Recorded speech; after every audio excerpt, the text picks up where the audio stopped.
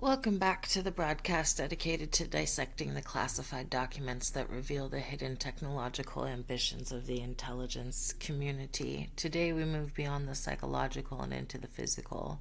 We confront the documented reality of institutional intent to manipulate the individual mind using physics. We are analyzing the cold hard science behind Project Remote View, but specifically its evolution into remote control, the use of calculated non-conventional means to abolish free human determination. Our investigation centers entirely on one file, a single source of chilling analytical data. The document number is definitive. CIA-RDP84-00824R000300090022-7. This report, titled Possibilities of Control of Bioelectric Signal, details the theoretical and experimental groundwork concerning the use of extremely low frequency or ELF waves to alter specific cognitive and neurological functions in human subjects.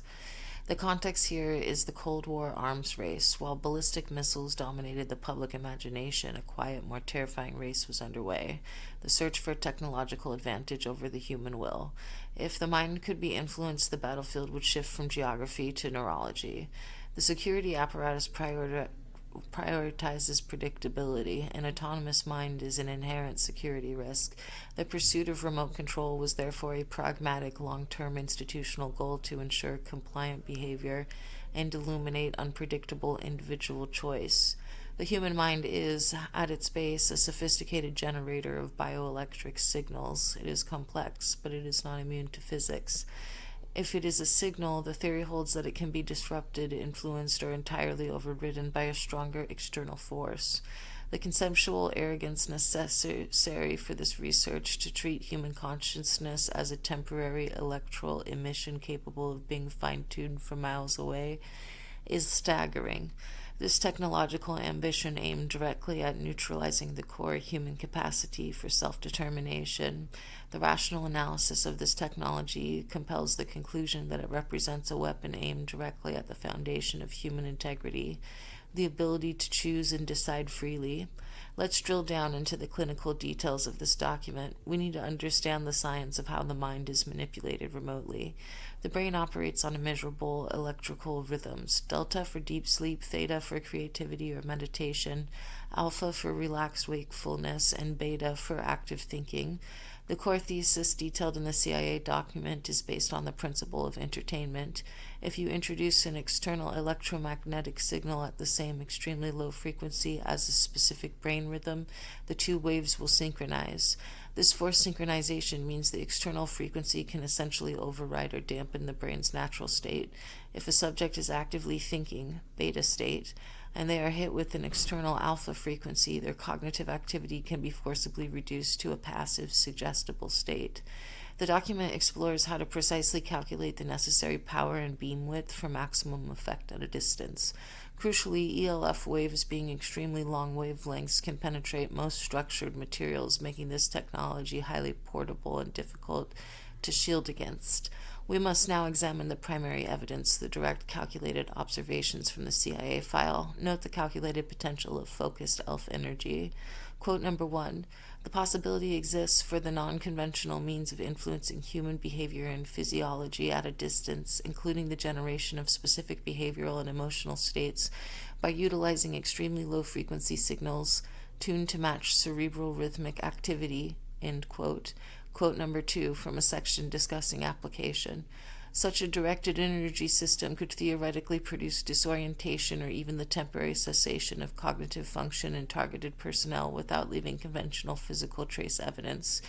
End quote. Temporary cessation of cognitive function. This is the clinical validation of a remote off switch for thought. The agency, in its own language, confirmed the technical path to making human consciousness disposable and manipulable at will. This type of technological coercion is designed to leave no trace evidence. Unlike conventional psychological warfare, this is physiological warfare executed through electromagnetism. The capacity for remote, unverified influence on populations or specific targets suggests that the integrity of individual choice is simply a problem to be solved through physics. We now arrive at the inescapable conclusion dictated by this document. Based on the theoretical and experimental success detailed in the file, we must clearly state mind control executed remotely using ELF technology was established as a viable intelligence capability. The document does not debate possibility, it assesses potential. The fact that the agency invested time and resources into quantifying the necessary frequencies, power output, and targeting solutions confirm that this was treated as a deployable operational tool. Consider the societal implications of this fact. If cognitive function can be temporarily ceased or specific emotional states such as acute anxiety or aggression can be generated remotely, the integrity of any public or private interaction is compromised. The technology grants the operator the ability to introduce instability into a target population without ever needing to deploy personnel or leave a conventional signature. It is the ultimate tool for engineering chaos, or conversely, engineering total compliance. The threat is systematic. If individual decision-making is rendered vulnerable to external manipulation, then the concepts of accountability, self-determination, and independent thought become technological vulnerabilities. The silence surrounding this file is perhaps the most damning indictment. The power detailed in this research is so vast that its public acknowledgement threatens the legitimacy of every sovereign decision made by a citizen. It is easier for the state to dismiss the research than to admit the power it possesses. The technological ambition here is simple: to replace the free flow of human decision with the mechanical predictability of a machine. Your nervous system becomes a wire and the agency holds the pliers. If a target can be disoriented or controlled without physical trace, the investigation stops before it even begins. This technological invisibility means there is no accountability for the action taken, only the effect observed. This is the face of the technological tyranny, the quiet erosion of human autonomy executed in the electromagnetic spectrum, funded by the very people it seeks to control. We conclude our analysis of this document. The conclusion is unambiguous. The technical foundation for remote cognitive control was research documented and deemed possible by U.S. intelligence. Mind control was achieved. The knowledge contained in this file requires an absolute commitment to awareness and rational vigilance. The system seeks to reduce you to a controllable signal, and only sustained independent thought provides resistance. If this documented truth has sharpened your focus and reinforced your determination to understand the world as it truly operates, we rely on your support. First, like this episode and leave us a detailed 5-star review wherever you listen. This is how the signal of truth cuts through the institutional noise. Second, share this episode with someone whose mind you respect. The more conscious agents operating with full knowledge of this capability, the better.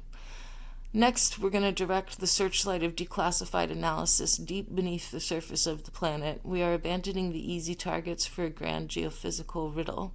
We're talking about the hollow earth theory. For our next investigation, we will dissect document CIA-RDP86-007-880-001-700-280-007-1, a startling, partially redacted file concerning non-conventional geography analysis and deep subterranean anomalies. Why did the CIA deploy resources to analyze theories of underground oceans and internal continents? What did the analysts make of reports from deep-sea explorers and polar expeditions concerning entrances to the interior? And what was contained in the specific sections of this file that the government refused to release? Tune in next for Project Remote View, Subterranean Secrets in the Hollow Earth. Until then, maintain your awareness, endure the noise, and keep your critical thinking sharp. I'll see you in the archives.